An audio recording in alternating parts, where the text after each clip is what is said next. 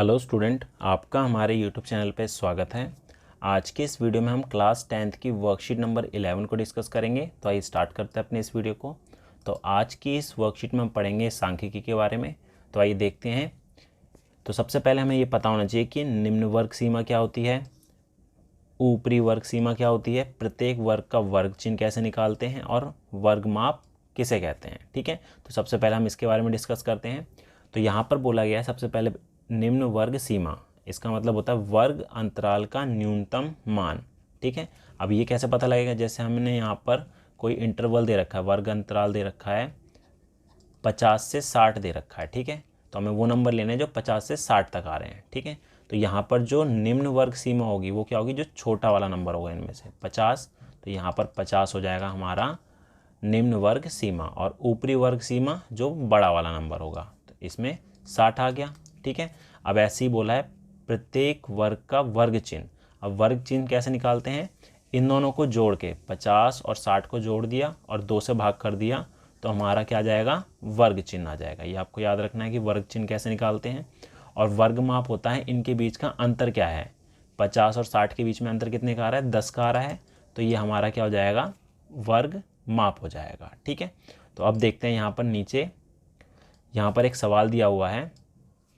ठीक है, यहाँ पर दे रखा है कि 35 लोगों का वजन हमें दिया हुआ है, यहाँ पर बराबर वर्ग अंतराल लेते हुए बारंबारता बंटन सारणी को पूरा कीजिए। तो इसको हम किस तरीके से करते थे 9th क्लास में, पहले वो देख लेते हैं। ठीक है, तो यहाँ पर हमें ये सारा डाटा दे रखा है। ठीक है, ये सारा डाटा हमें दे रखा है। हम क्या करते थे, जैसे हमें यहाँ पर इंटरवल दे रखा है 40 से 45, तो यहाँ हम काउंट करते थे कि जो 40 से 45 तक नंबर हैं उनको लिख देते थे। ठीक है, तो यहाँ पर बोला है कि 5 हैं, तो कैसे करते थे, 4 लाइन खींच के 5वां क्रॉस करते थे। ठीक है, तो 5 के लिए हम क्या करते थे, 1 2 3 4 और ये 5। ठीक है, इसी तरीके से करते थे। अब यहाँ पर बोला है 45 से 50, तो यहाँ पर 7 लिखा है तो उसको किस तरीके से लिखते हैं, 1 2 3 4 5 हो गया, 6 और ये 7 हो गया। ठीक है, ऐसे ही अब देखो पहला 40 से 45 था, फिर 45 से 50, तो यहाँ क्या होगा 50 से 55। ठीक है, अब 50 से 55 कितने हैं, 10 5 10 और 1 11। ऐसे ही 55 से 60 के बीच में कितने नंबर हैं, यहाँ काउंट करोगे आप तो ये 5 6 और 1 7। ठीक है, ऐसे ही यहाँ पर 60 से 65 के बीच में कितने हैं, 5 है, तो 1 2 3 4 और ये 5। ठीक है, तो इस टेबल को आप इस तरीके से पूरा करते हैं। अब यहाँ पर हमें यहाँ पर एक बोला गया है वर्ग अंतराल, हमें बताना है इसके बीच में क्या होगा। तो यहाँ पर वर्ग अंतराल पूछा है 55 से 60 की निचली सीमा। ठीक है, तो यहाँ पर वर्ग अंतराल हमें ये दे रखा है, इसमें पूछा कि निचली सीमा क्या होगी, तो निचली सीमा क्या होती है, जो छोटा नंबर होता है, तो यहाँ 55 आ जाएगा। ऐसे ही वर्ग अंतराल हमें ये दे रखा है, उसमें वर्ग चिन्ह निकालना। वर्ग चिन्ह कैसे निकालते थे, दोनों को जोड़ के 45 + 50 बटे 2, तो ये आ गया हमारा कितना 95/2। इसको करेंगे तो हमारा कितना आ जाएगा 47.5, 47.5 आ गया। ऐसी वर्ग माप कैसे निकालते थे, इनके बीच का अंतर, तो अंतर कितना है 5 का आ रहा है। ठीक है, तो अब हम देखते हैं कि माध्य, माध्यक और बहुलक क्या होता है और उसको किस तरीके से निकाला जाता है। ठीक है, तो 9वीं क्लास में आप पढ़ के आए हैं कि अगर हमें अवर्गीकृत बारंबारता के लिए जो माध्य निकालना होता था वो कैसे निकालते थे, जैसे हमें यहाँ दे रखा है x1 x2 x3 से लेकर xn तक हमें आंकड़े दिए हुए हैं और उसका माध्य निकालना है, तो हम क्या करते थे, इन सबको जोड़ देते थे और जितने भी नंबर दे रखे थे उससे हम भाग कर देते थे। ठीक है, तो ये केस था हमने जो 9th में पढ़ा था। एक और पढ़ा था कि वर्गीकृत बारंबारता बंटन के लिए, तो इसमें माध्य जो निकालने का फॉर्मूला था वो था हमारा सिग्मा fi xi बटे में सिग्मा fi। ठीक है, ये था हमारा, और xi क्या है, वर्ग का वर्ग चिन्ह, और fi क्या है, वर्ग की बारंबारता।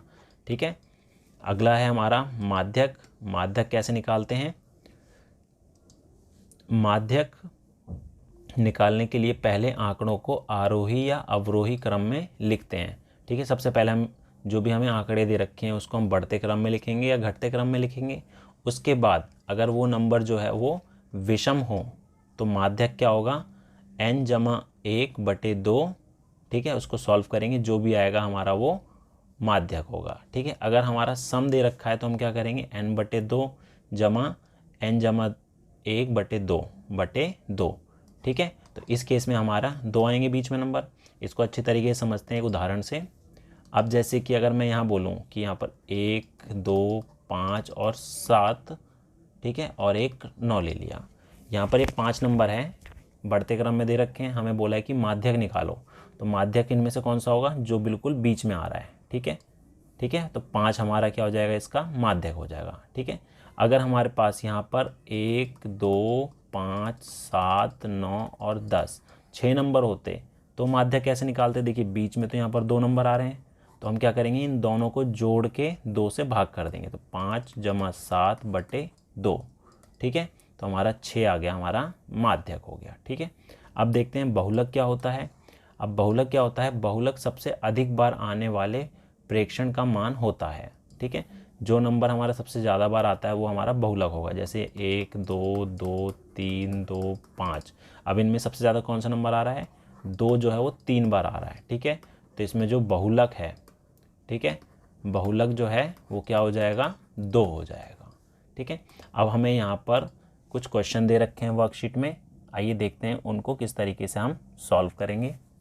अब हम देखते हैं जो हमें वर्कशीट में क्वेश्चन करने के लिए दिए गए हैं। तो फर्स्ट क्वेश्चन हमारा है, इसमें बोला है find the arithmetic mean of the squares of first 6 natural number. इसमें बोला प्रथम 6 पूर्ण संख्याओं के वर्गों का माध्य ज्ञात करें।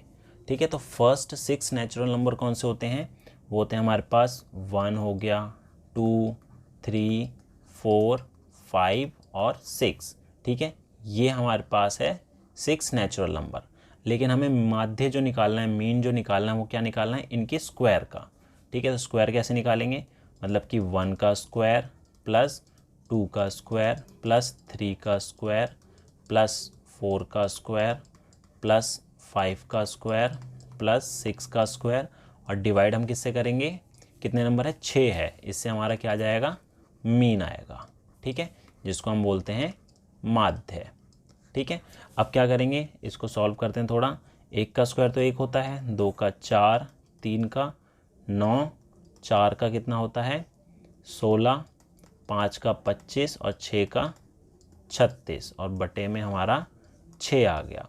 अब इसको हम जोड़ लेते हैं, ये हमारा कितना हो जाएगा, 1 और 4 5 और 9 हमारा हो गया 14, 14 और 16 हमारा कितना हो गया 30 हो गया, 30 और 25 हमारा 55, 55 और 36, तो 55 और 36 हमारा हो जाएगा 91। ठीक है, तो 91/6।